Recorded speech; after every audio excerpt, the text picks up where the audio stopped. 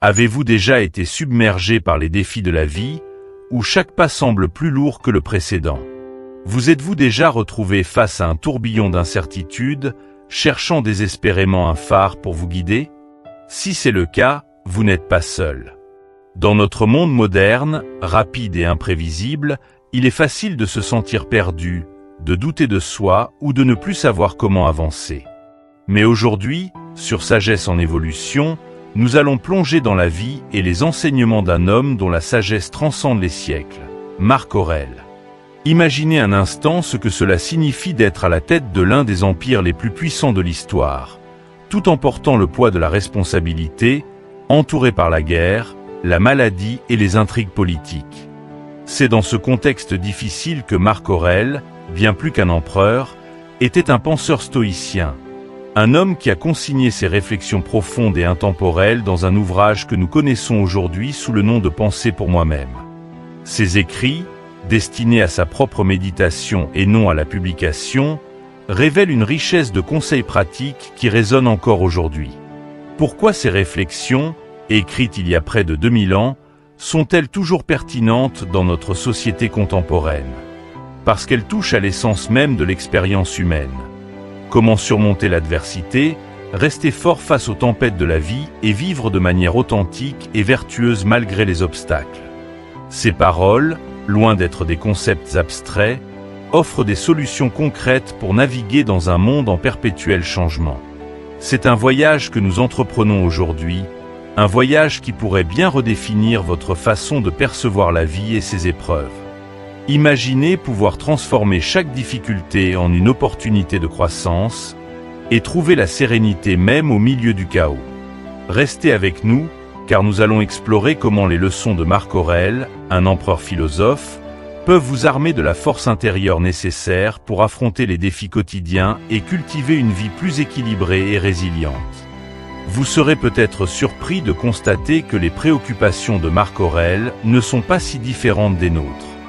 À travers cette vidéo, vous découvrirez pourquoi ces enseignements restent une source d'inspiration pour tant de personnes à travers les âges et comment ils peuvent transformer votre vision de la vie. Préparez-vous à embarquer dans cette exploration de la sagesse stoïcienne qui, je l'espère, éveillera en vous des réflexions profondes et ouvrira la voie à des changements positifs. Restez avec nous pour le reste de la vidéo. Il ne s'agit pas seulement d'écouter, mais de comprendre et d'intégrer ces leçons dans votre propre parcours. Soyez prêts, car ce que vous allez découvrir pourrait bien être le point de départ d'une évolution personnelle enrichissante. 1. Le pouvoir de la perception. Le pouvoir de la perception, tel que décrit par Marc Aurèle, est sans doute l'un des principes les plus fondamentaux et transformateurs de la philosophie stoïcienne. Il commence par une idée simple mais puissante. Nous ne contrôlons pas les événements extérieurs, mais nous avons un contrôle total sur la manière dont nous choisissons de les percevoir. Cette prise de conscience est à la fois libératrice et responsabilisante, car elle met entre nos mains le pouvoir de façonner notre expérience du monde.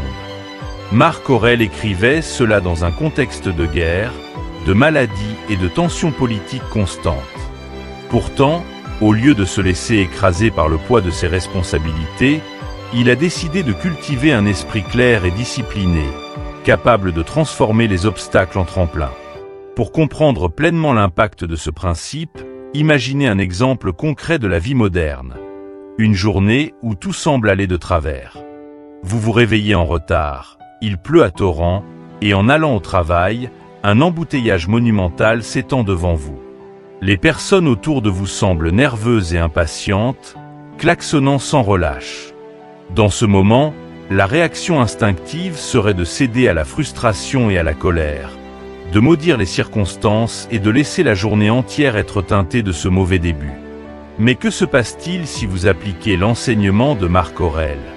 Si, au lieu de céder à l'irritation, vous prenez un moment pour respirer et réinterpréter la situation, peut-être que cet embouteillage inattendu est une chance de prendre du recul, d'écouter un podcast inspirant, ou simplement de savourer quelques instants de réflexion silencieuse avant une journée chargée. Le pouvoir de la perception ne consiste pas à ignorer la réalité ou à prétendre que tout est parfait, mais plutôt à recadrer notre vision de ce qui est. Considérons un autre exemple, celui de la perte d'un emploi. Au premier abord, cela peut sembler catastrophique, une source de honte et d'inquiétude. Mais combien de personnes ont transformé ce qui semblait être une défaite en une opportunité de réinvention? Prenons l'histoire de Sarah, une femme qui, après avoir perdu son emploi en tant que responsable de projet, s'est retrouvée dévastée. Pendant des semaines, elle était en proie au doute et à la peur de l'avenir. Cependant, en revisitant les enseignements stoïciens, elle a commencé à changer sa perspective. Plutôt que de voir la perte de son emploi comme un échec, elle l'a vu comme un signal pour réévaluer ses priorités. Cette perception recadrée lui a permis de se lancer dans une entreprise qui alignait ses passions avec ses compétences, menant finalement à une carrière plus épanouissante et enrichissante. Marc Aurèle nous incite à questionner nos interprétations automatiques. Si quelqu'un vous parle d'une manière brusque, est-ce nécessairement un affront personnel? Peut-être cette personne traverse-t-elle des difficultés dont vous n'avez pas conscience. Lorsque nous nous rappelons que nous avons le pouvoir de contrôler notre esprit, nous nous libérons de la réaction immédiate et pouvons adopter une réponse plus réfléchie.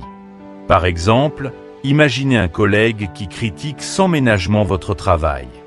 Plutôt que de laisser la colère ou la rancœur prendre le dessus, demandez-vous, quelle autre interprétation pourrais-je donner à cette situation? Peut-être que la critique, bien que dure, cache des éléments constructifs qui peuvent vous aider à progresser. La perception, comme l'entendait Marc Aurèle, n'est pas une simple technique de pensée positive. Elle est ancrée dans la réalité, mais elle offre la possibilité de la voir sous différents angles. Un stoïcien dirait que notre esprit est comme un miroir qui reflète le monde, mais nous avons le choix de le polir ou de le laisser se ternir. Prenons un exemple historique. Nelson Mandela, emprisonné pendant 27 ans, aurait pu se laisser consumer par la haine et le désespoir. Pourtant, il a choisi de voir cette période comme un temps de préparation et de croissance personnelle, ce qui lui a permis de devenir une figure de paix et de réconciliation. C'est ce choix de perception qui a transformé non seulement sa vie, mais l'histoire de toute une nation. En changeant notre perception, nous changeons notre réalité, non pas dans le sens magique où les événements se transforment, mais parce que nous modifions la signification que nous leur attribuons. Une dispute avec un proche n'est pas simplement un conflit. Elle peut être l'occasion de renforcer la compréhension et la communication. Une épreuve physique ou émotionnelle peut devenir un test de notre résilience et un catalyseur pour la découverte de nos propres ressources internes. La force qui découle de cette approche est indéniable. C'est pourquoi Marc Aurèle insistait sur le fait que le pouvoir véritable ne réside pas dans le contrôle des événements, mais dans la maîtrise de notre esprit. Imaginez que vous soyez face à une présentation importante au travail et que des imprévus surviennent. Peut-être que l'équipement technique tombe en panne ou que votre supérieur pose des questions déstabilisantes. Si votre perception initiale est que tout est perdu, le stress monte et votre performance s'en ressent. Mais en réorientant votre perception, en vous disant que ces obstacles sont simplement des éléments imprévus que vous pouvez gérer avec calme, vous retrouvez le contrôle. Cet état d'esprit stoïcien transforme un moment de panique en une démonstration de sang-froid et de flexibilité. Pour intégrer pleinement ce concept dans votre vie, commencez chaque matin avec une courte réflexion, comme le faisait Marc Aurèle. Avant d'affronter la journée, rappelez-vous que vous rencontrerez peut-être des obstacles, des critiques ou des imprévus. Cependant, vous avez le pouvoir de choisir comment vous y répondrez. Demandez-vous, quel est le meilleur angle sous lequel je peux voir ce qui va se présenter aujourd'hui? En pratiquant ce recadrage quotidiennement, vous constaterez que même les situations les plus stressantes deviennent plus gérables et moins envahissantes. Rappelez-vous que votre perception est l'outil le plus puissant dont vous disposez. Elle ne change peut-être pas les faits, mais elle redéfinit leur impact sur vous. 2. Vivre dans le moment présent. Vivre dans le moment présent est l'une des pratiques les plus libératrices et transformatrices de la philosophie stoïcienne, et Marc Aurèle l'avait compris bien avant l'avènement des méthodes modernes de pleine conscience. Dans ses pensées pour moi-même, il souligne l'importance de ne pas laisser l'avenir nous troubler. car les mêmes ressources mentales qui nous aident à affronter le présent seront à notre disposition pour gérer ce qui est à venir. Cette phrase simple en apparence recèle une sagesse profonde qui, si elle est intégrée dans notre vie quotidienne, peut nous libérer de l'anxiété et nous ancrer dans une existence plus pleine et significative. Considérons un instant notre réalité moderne. Nos vies sont souvent rythmées par des attentes et des anticipations. Une échéance professionnelle stressante, des soucis financiers, des tensions relationnelles. À cela s'ajoute la nostalgie ou le regret des décisions passées. Chaque moment que nous passons absorbés par ce qui pourrait se produire ou ce qui s'est déjà produit est un moment où nous nous éloignons de l'expérience de l'instant présent. Marc Aurèle savait que cette projection constante vers l'avant ou ce regard vers l'arrière était une source de souffrance. Se concentrer sur le moment présent nous libère de cette prison mentale. Mais que signifie vraiment vivre dans le moment présent? Pour beaucoup, cette idée peut sembler abstraite ou difficile à appliquer dans un quotidien surchargé. Pourtant, il existe des façons pratiques et accessibles d'intégrer cet enseignement dans notre routine. Prenons un exemple simple. Vous êtes assis à votre bureau, submergé par les courriels et les tâches. Vous commencez à penser à toutes les obligations de la semaine et à ressasser des erreurs passées, ce qui intensifie votre stress. À cet instant précis, pratiquer la pleine conscience devient votre ancre. Fermez les yeux, respirez profondément et ramenez votre attention sur ce qui vous entoure. Que entendez-vous? Le bruit lointain des voitures, le tic-tac de l'horloge, ou peut-être le bourdonnement discret de votre ordinateur. Quelles sensations ressentez-vous sur votre peau? L'air conditionné ou la chaleur douce du soleil? Ce retour aux cinq sens vous ancre instantanément dans le maintenant, dissipant la tension de vos pensées errantes. Cet ancrage dans le présent, Marc Aurèle l'avait intégré dans sa vie même lorsqu'il était entouré par les tumultes de l'Empire. Imaginez un empereur, confronté aux cris des soldats, aux discours des sénateurs et aux nouvelles des frontières, qui pourtant trouve le temps, dans l'œil de la tempête, de méditer et de savourer l'instant. Il savait que l'avenir, même s'il semblait menaçant, ne méritait pas notre angoisse actuelle, car notre capacité à le gérer ne s'éveille que lorsque nous y faisons face. Cette perspective est libératrice. Elle nous invite à ne pas gaspiller notre énergie mentale dans des projections ou des scénarios hypothétiques. Un autre aspect fondamental de la pratique de la présence est de reconnaître que la vie se déroule uniquement dans l'instant. Trop souvent, nous attendons un moment parfait pour apprécier la vie. La fin d'un projet important, l'atteinte d'une étape majeure, ou même le week-end. Mais la vie n'est pas faite uniquement de ces moments éclatants. C'est la somme des instants quotidiens, le sourire d'un enfant, la chaleur d'une tasse de thé, le plaisir d'une conversation authentique, qui constituent notre bonheur réel. Rester conscient de cela nous empêche de passer à côté de ce qui compte réellement. Pour illustrer davantage cette idée, imaginez une promenade dans un parc. Vous pourriez marcher en pensant aux réunions à venir, à la liste de courses ou aux factures impayées. Mais si vous décidez de vous concentrer sur l'instant présent, l'expérience se transforme. Vous remarquez la couleur vibrante des feuilles, le chant des oiseaux, l'odeur subtile de l'herbe fraîchement coupée. Ce simple acte de présence peut transformer un moment ordinaire en une expérience enrichissante. La vie, comme le dit la sagesse zen, est ce qui se passe quand nous sommes occupés à faire d'autres plans. En d'autres termes, si nous ne vivons pas dans le présent, nous manquons la vie elle-même. La pratique de vivre dans le moment présent nécessite des exercices réguliers pour devenir une habitude. La méditation est l'une des méthodes les plus puissantes pour y parvenir. Prenez 5 minutes chaque jour pour simplement vous asseoir et observer votre respiration. Lorsque des pensées surgissent, et elles le feront inévitablement, ne les jugez pas, mais revenez doucement à votre respiration. Cette simple pratique renforce la capacité de votre esprit à rester centré sur l'instant, même en dehors des périodes de méditation. Un autre exercice consiste à introduire la pleine conscience dans des activités ordinaires, comme manger. Combien de fois avons-nous mangé un repas sans même en remarquer la saveur, trop absorbés par nos écrans ou nos préoccupations? Essayez de prendre un repas en pleine conscience. Observez la couleur et la texture de la nourriture, savourez chaque bouchée, ressentez la gratitude pour les saveurs et l'effort qui ont permis ce moment. Vous découvrirez une nouvelle dimension de plaisir et de satisfaction dans une simple action quotidienne. Vivre dans le moment présent ne signifie pas ignorer l'avenir ou renoncer à la planification. Comme l'indiquait Marc Aurèle, il s'agit de faire confiance à nos capacités à y faire face lorsqu'il arrive, plutôt que de nous consumer par l'angoisse en l'anticipant. Cette philosophie s'applique aussi aux relations. Trop souvent, nous passons du temps avec des amis ou des proches tout en pensant à nos responsabilités ou à ce qui nous attend plus tard. En nous concentrant sur le moment partagé, nous enrichissons nos connexions et cultivons des souvenirs précieux.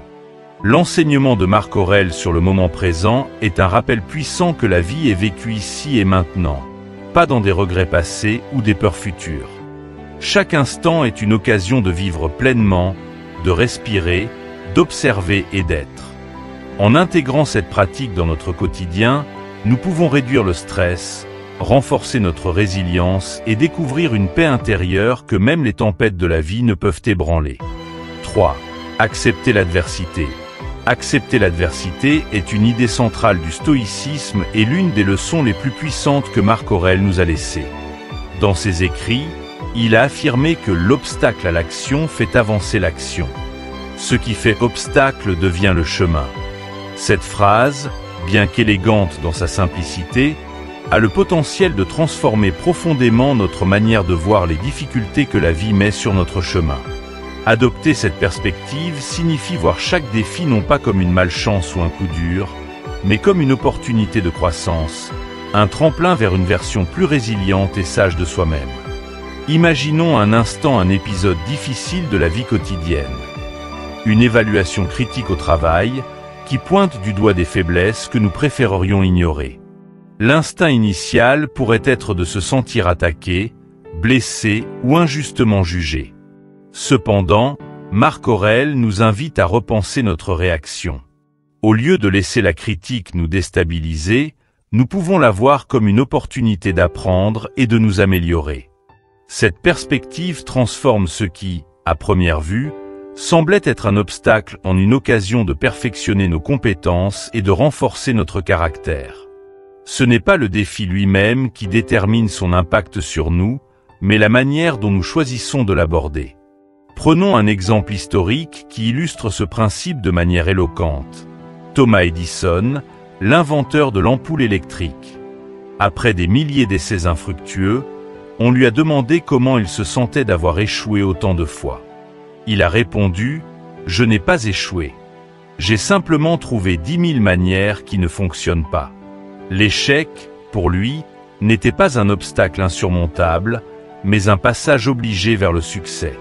C'est exactement l'essence de la citation de Marc Aurèle, « L'obstacle devient le chemin ». C'est une invitation à changer notre mentalité, à ne pas voir l'échec comme une fin, mais comme un processus d'apprentissage. Lorsqu'on rencontre des difficultés majeures, des pertes personnelles, des revers professionnels ou des déceptions amoureuses, la réaction naturelle peut être de se sentir submergé et accablé par le poids de l'adversité. Mais ce sont précisément ces moments qui ont le pouvoir de façonner notre caractère et de nous enseigner la résilience. Dans la philosophie stoïcienne, l'adversité est perçue comme l'entraînement de l'esprit, à l'image de la musculation qui renforce le corps. Sans résistance, il n'y a pas de progrès. Chaque défi surmonté est une preuve que nous pouvons affronter encore plus la prochaine fois. Un exemple plus contemporain est celui de J.K. Rowling, l'auteur des Harry Potter.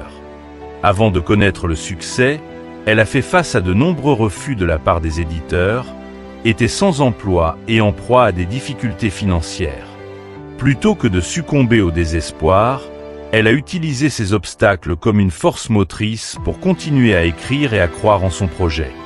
L'obstacle, le refus et la lutte pour être reconnue est devenu le chemin vers sa réussite et sa renommée mondiale. Son histoire est une illustration vivante de l'enseignement de Marc Aurèle. Ce qui semble être un mur infranchissable peut devenir un point d'appui pour s'élever plus haut. Pour intégrer cette philosophie dans notre quotidien, il est utile de commencer par changer notre langage interne lorsque nous sommes confrontés à une difficulté. Au lieu de dire « Pourquoi cela m'arrive-t-il ?», essayons de reformuler en « Qu'est-ce que cela peut m'apprendre ?» Cette simple question change l'angle de vue et nous place dans une position active, celle d'un élève plutôt que d'une victime. Par exemple, si vous êtes confronté à un échec dans un projet important, prenez un moment pour réfléchir. Quelles compétences pourriez-vous améliorer grâce à cette expérience ? Peut-être que l'échec révèle une lacune en communication ou une planification insuffisante.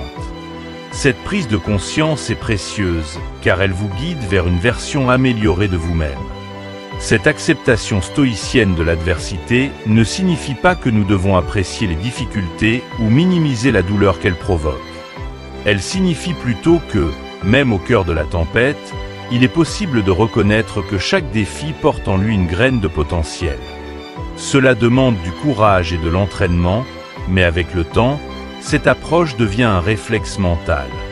Imaginez que vous faites face à une situation où tout semble aller de travers, une rupture douloureuse, la perte d'un emploi ou un échec aux examens. Le réflexe stoïcien serait de se rappeler que la douleur est réelle, mais qu'elle ne définit pas la totalité de l'expérience. C'est l'occasion de se poser la question « Que puis-je en apprendre et comment puis-je utiliser cela pour devenir plus fort ?» En développant cette capacité à voir les défis comme des opportunités, nous découvrons que la vie n'est jamais aussi linéaire que nous le souhaiterions. Parfois, les détours et les obstacles sur le chemin sont exactement ce dont nous avons besoin pour atteindre des horizons plus vastes. Considérez l'histoire d'un athlète blessé qui, à première vue, pourrait penser que sa carrière est terminée. Pourtant, ce temps de récupération peut devenir un moment de redécouverte, l'opportunité de développer d'autres compétences ou de réévaluer ses priorités. Ce changement de perception transforme la blessure en un catalyseur de croissance. En outre, l'acceptation de l'adversité est profondément liée à la capacité de résilience. C'est la résilience qui nous permet de nous relever après un échec, de persévérer lorsque tout semble perdu et de croire que la tempête passera. Lorsque nous adoptons cette perspective, même les moments les plus sombres deviennent des occasions de croissance. Par exemple, pendant la pandémie de Covid-19, de nombreuses personnes ont dû repenser leur carrière, réinventer leur mode de vie et apprendre à naviguer dans l'incertitude. Pour certains, cela a été un désastre. Pour d'autres, cela a été un déclencheur de créativité et de nouvelles opportunités. Alors que nous terminons cette réflexion sur l'acceptation de l'adversité, souvenez-vous que chaque fois que vous rencontrez un obstacle, vous êtes à un carrefour. Vous pouvez choisir de voir la difficulté comme une impasse ou comme une bifurcation qui, bien qu'inconfortable, vous mène vers quelque chose de plus grand. Comme l'a dit Marc Aurèle, ce qui entrave l'action devient l'action elle-même. Cette phrase invite à une transformation intérieure profonde, une invitation à embrasser les défis non pas avec crainte, mais avec curiosité et détermination. 4. Pratiquer la gratitude. Pratiquer la gratitude est une leçon essentielle qui peut véritablement transformer notre perception de la vie, et Marc Aurèle l'avait compris à un niveau profond. Dans ses pensées pour moi-même, il nous invite à commencer chaque journée en prenant conscience du privilège précieux qu'est simplement d'être en vie. Lorsque vous vous levez le matin, pensez à quel privilège précieux c'est d'être en vie, de respirer, de penser, de jouir, d'aimer. Cette pratique, bien que simple, a un pouvoir immense pour remodeler notre état d'esprit et nous guider vers une vie plus pleine et satisfaisante. Mais comment la gratitude peut-elle réellement influencer notre perception et pourquoi est-elle si essentielle, même, et surtout, dans les moments les plus sombres? Pour commencer, la gratitude change notre focus. Trop souvent, notre attention se porte sur ce qui manque dans notre vie. Les défis à surmonter, les désirs inassouvis, ou les comparaisons avec les autres qui nous laissent un goût amer. La société moderne, avec son flot constant de messages publicitaires et de médias sociaux, nous conditionne à croire que nous devons toujours en vouloir plus pour être satisfaits. Cependant, Marc Aurèle nous enseigne que le contentement ne vient pas de la poursuite incessante de ce que nous n'avons pas, mais de l'appréciation de ce que nous possédons déjà. Pratiquer la gratitude, c'est réorienter notre regard vers la richesse qui existe déjà dans notre vie, même dans ses aspects les plus simples. Un exemple concret de la puissance de la gratitude peut être trouvé dans la vie de Viktor Frankl, psychiatre et survivant de l'Holocauste. Dans son livre Man's Search for Meaning, il raconte comment, même dans les conditions inhumaines des camps de concentration, il était possible de trouver des moments de grâce et d'espoir. Pour lui, des gestes aussi simples que le partage d'une tranche de pain ou l'observation d'un coucher de soleil devenaient des rappels de la beauté et de la résilience humaine. Frankl explique que, même dans les moments les plus sombres, il est possible de choisir son attitude et de trouver des raisons de gratitude. Cet exemple montre que la gratitude n'est pas seulement pour les jours faciles. Elle est une ancre qui peut nous aider à rester debout dans les tempêtes les plus violentes. Mettre la gratitude en pratique ne nécessite pas de changements radicaux.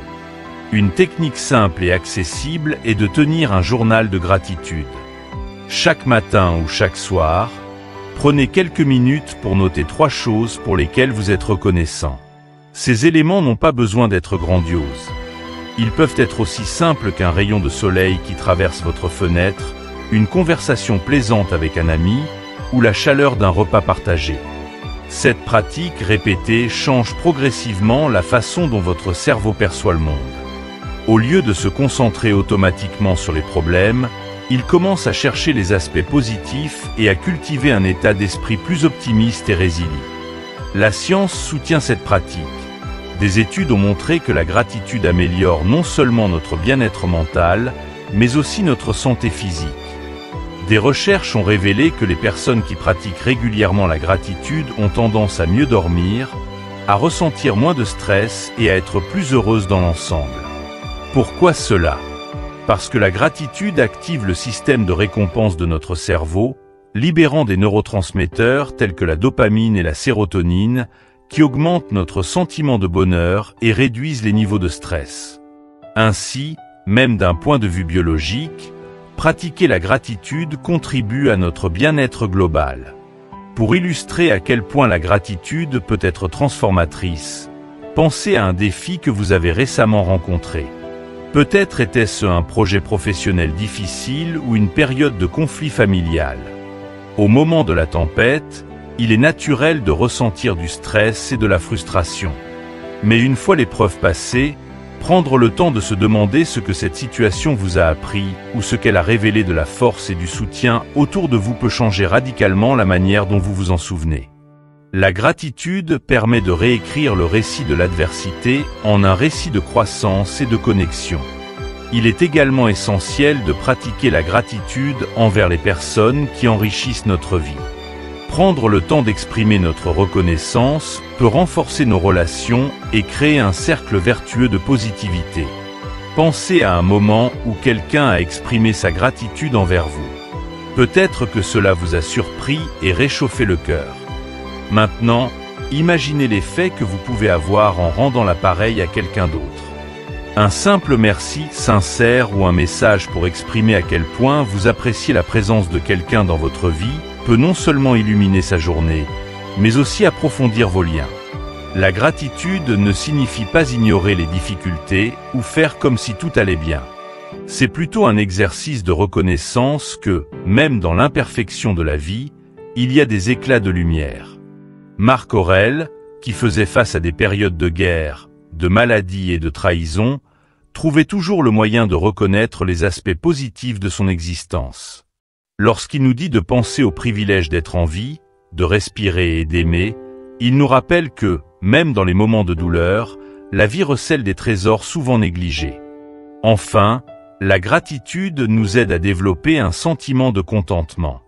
Dans un monde où l'on nous pousse sans cesse à vouloir plus de succès, plus de possessions, plus de reconnaissance, Marc Aurèle nous rappelle que l'abondance véritable se trouve dans la capacité à savourer ce que nous avons déjà. Imaginez un voyageur dans un désert qui trouve une oasis. La gratitude est cet état d'esprit qui permet de boire cette eau précieuse avec émerveillement, au lieu de regretter qu'elle ne soit pas un festin somptueux. Apprécier ce que nous avons, ici et maintenant, nous permet de ne pas passer notre vie à attendre un bonheur futur qui risque de nous échapper. Pratiquer la gratitude est bien plus qu'un simple exercice. C'est une façon de reconfigurer notre perception du monde pour voir la vie à travers le prisme de l'abondance et de l'appréciation. Même dans les moments les plus sombres, il y a toujours des raisons de dire merci. Alors que nous passons à la prochaine partie de cette exploration stoïcienne, souvenons-nous que cultiver la gratitude ne fait pas seulement briller les jours ensoleillés. C'est aussi la lumière qui éclaire notre chemin dans l'obscurité. 5. Pratiquer l'autodiscipline. L'autodiscipline est l'un des piliers essentiels de la philosophie stoïcienne et un concept clé que Marc Aurèle a non seulement prêché, mais vécu au quotidien. Lorsque Marc Aurèle affirme « Vous avez le pouvoir sur votre esprit, pas sur les événements extérieurs. Réalisez ceci, et vous trouverez la force ». Il nous invite à comprendre que notre force réside non pas dans le contrôle de ce qui nous entoure, mais dans la maîtrise de nous-mêmes. L'autodiscipline, souvent mal comprise comme une forme de restriction ou de privation, est en réalité un outil puissant pour aligner nos actions avec nos valeurs les plus profondes et vivre une vie qui reflète véritablement qui nous sommes et ce que nous voulons accomplir. Pour illustrer l'importance de l'autodiscipline, prenons l'exemple de la routine matinale. Il peut sembler anodin de se lever un peu plus tôt pour méditer, lire, ou simplement savourer un moment de silence avant le début d'une journée bien remplie. Pourtant, cette petite habitude, répétée chaque jour, peut changer la façon dont nous abordons la vie. En prenant ce temps pour nous-mêmes, nous faisons preuve d'autodiscipline et créons un espace où nous pouvons orienter notre esprit et affirmer nos intentions pour la journée. Cet acte simple nous rappelle que, même si nous ne contrôlons pas ce qui se passera dans les heures à venir, nous avons le pouvoir de choisir comment nous y réagirons. C'est un exercice de maîtrise de soi qui se répète, renforçant notre résilience face aux imprévus. La véritable autodiscipline commence par de petits gestes. Trop souvent, nous sommes tentés de vouloir changer trop de choses à la fois. Commencer un régime strict, s'entraîner intensivement, ou se lancer dans des projets ambitieux sans transition. Cependant, Marc Aurèle nous enseigne la valeur de commencer petit et de bâtir sur ses fondations. Imaginez que vous souhaitez développer l'habitude de lire davantage. Plutôt que de décider de lire un livre par semaine dès le départ, commencez par 10 minutes de lecture par jour. Ces 10 minutes, si elles sont maintenues avec constance, deviendront une habitude ancrée. Au fil du temps, cette petite habitude grandit, renforçant votre autodiscipline et par extension, votre confiance en votre capacité à accomplir ce que vous vous êtes fixé. Créer un environnement propice au succès est également une composante essentielle de l'autodiscipline. Il ne s'agit pas seulement de volonté brute, mais de savoir façonner son cadre de vie pour qu'il soutienne nos efforts. Si, par exemple, vous souhaitez réduire le temps passé sur les réseaux sociaux pour mieux vous concentrer sur votre travail ou vos études, configurez votre téléphone pour qu'il limite les notifications et les distractions. Préparez votre espace de travail pour qu'il soit dégagé et accueillant.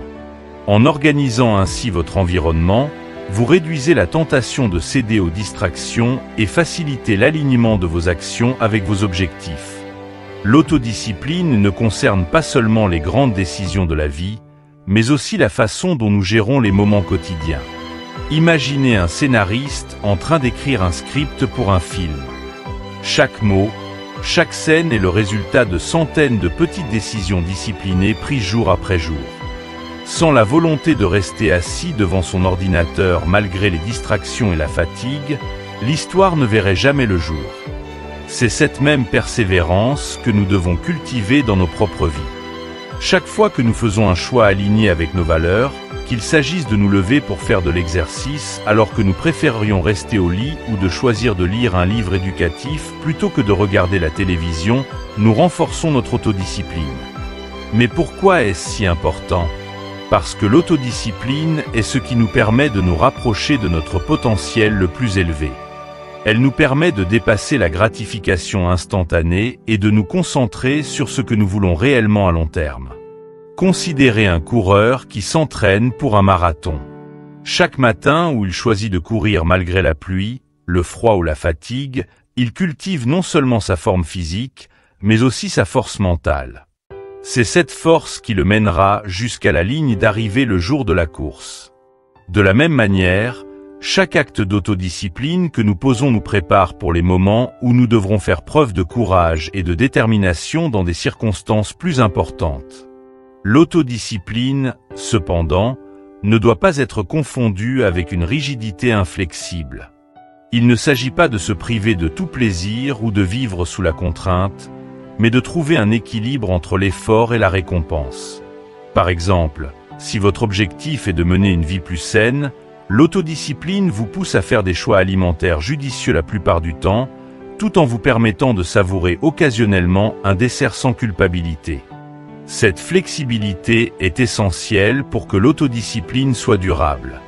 En cultivant cette approche, nous apprenons à apprécier les efforts que nous faisons pour améliorer notre vie, tout en profitant des moments de relâchement comme des occasions de récompenser notre persévérance. L'un des défis les plus courants lorsque l'on parle d'autodiscipline est la procrastination. Combien de fois avons-nous remis à plus tard une tâche importante parce que l'effort semblait trop grand ou l'envie de céder à des distractions trop fortes? L'approche stoïcienne face à la procrastination est de reconnaître qu'attendre le bon moment pour agir est souvent un piège. Le moment parfait n'existe pas, et l'action doit être prise dans l'instant présent. La clé est de commencer, même par une petite action. Comme le disait Marc Aurèle, agir maintenant, sans attendre que toutes les conditions soient idéales, est un signe de force intérieure et de maîtrise de soi. Un autre aspect crucial de l'autodiscipline est l'importance de la réflexion et de l'auto-évaluation. Chaque jour, prenez un moment pour évaluer vos choix et vos actions. Cela peut être aussi simple que de se demander « Ai-je agi aujourd'hui de manière alignée avec mes valeurs ?» Cette introspection régulière permet de renforcer notre autodiscipline, car elle nous rappelle pourquoi nous avons choisi de nous engager sur ce chemin. C'est une façon de rester connecté à notre pourquoi, qui est le moteur de toute autodiscipline durable. Enfin, l'autodiscipline peut et doit être un acte de bienveillance envers soi-même. Contrairement à l'idée que l'autodiscipline est synonyme de dureté ou d'autoflagellation, elle est en réalité un acte de respect de soi. Lorsque nous faisons preuve de discipline, nous nous montrons que nous méritons d'atteindre nos objectifs et que nous sommes capables de nous y tenir.